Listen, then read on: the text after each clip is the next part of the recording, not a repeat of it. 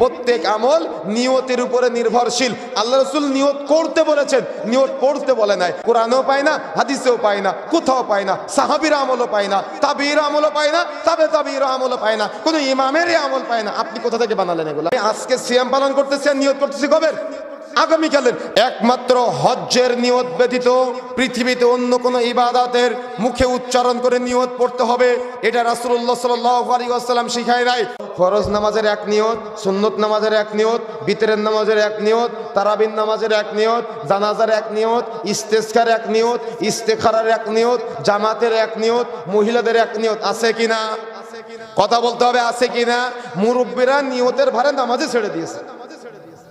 কি মুরব্বিরা নিয়তের ভারে নামাজই ছেড়ে দিয়েছে। তার মানে আমাদের সমাজে প্রচলিত আছে নাওয়াইতুয়ান শিরোনামে অনেকগুলা নিয়ত। নাওয়াইতুয়ান দিয়ে ফরজ নামাজের, সুন্নত নামাজের, বিতরের নামাজের, তাহাজ্জুদের নামাজের আলাদা আলাদা নিয়ত তৈরি করা হয়েছে। আল্লাহ রাসূল সাল্লাল্লাহু আলাইহি সাল্লাম বলেছেন ইন্নামাল আ'মালু বিন্নিয়াত, প্রত্যেক আমল নিয়তের উপরে নির্ভরশীল। আল্লাহ রাসূল নিয়ত করতে বলেছেন, নিয়ত পড়তে বলে নাই। আল্লাহ রাসূল নিয়ত করতে বলেছেন, নিয়ত পড়তে বলেন নাই। আপনি দুপুরে 1টা 15 মিনিটে মসজিদে এসেছেন কি জন্য? জোহরের নামাজের জন্য। জোহরের নামাজের জন্য যে আপনি মসজিদে এসেছেন এটাই আপনার নিয়ত। মুখে উচ্চারণ করে নিয়ত পড়ার কোনো প্রয়োজন নেই। এখন আপনি হয়তো বলতে পারেন যদি আমি পড়ি তাহলে সমস্যা কোথায়? এই যে আপনি ইবাদতের মধ্যে নতুন কিছু তৈরি করলেন। আমি আজকে ঘোষণা দিয়ে যাচ্ছি, আপনার হুজুরকে জিজ্ঞাসা করবেন, হুজুর আমরা যে ফরজ নামাজের এক নিয়ত, সুন্নত নামাজের এক নিয়ত শিখেছিলাম, এটা কোরআনে আছে, হাদিসে আছে, নাকি আপনি বানিয়ে বানিয়ে শিখিয়েছিলেন? আপনি হুজুরকে জিজ্ঞাসা করবেন। কথা বুঝেন নাই? কেন এটা কোরআনে নাই, এটা হাদিসে নাই? আপনি কোথায় পেলেন? কোরআনেও পায় না, হাদিসেও পায় না, কোথাও পায় না। সাহাবীর আমলও পায় না, তাবিঈর আমলও পায় না, তাবিঈর আমলও পায় না, কোনো ইমামেরই আমল পায় না। আপনি কোথা থেকে বানালেন এগুলা? এই জন্য কষ্ট করে মুরব্বী যারা আছেন নিয়ত মুখস্থ করার প্রয়োজন নেই। আর রমজানে তো মসজিদের মাইকে মাইকে সাহারির সময় নিয়তের ঘোষণা হয় কিনা? কি নিয়ত?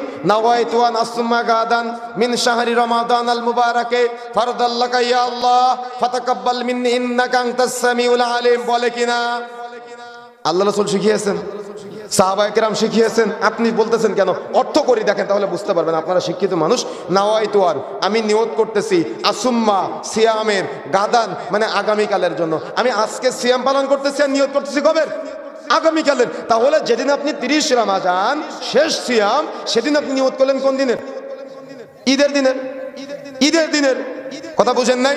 সুতরাং যেটা কোরআনে নাই, যেটা হাদিসে নাই, আপনি বানিয়ে বানিয়ে বললে এটার এরকম অনুবাদ আপনি খুঁজে পাবেন না।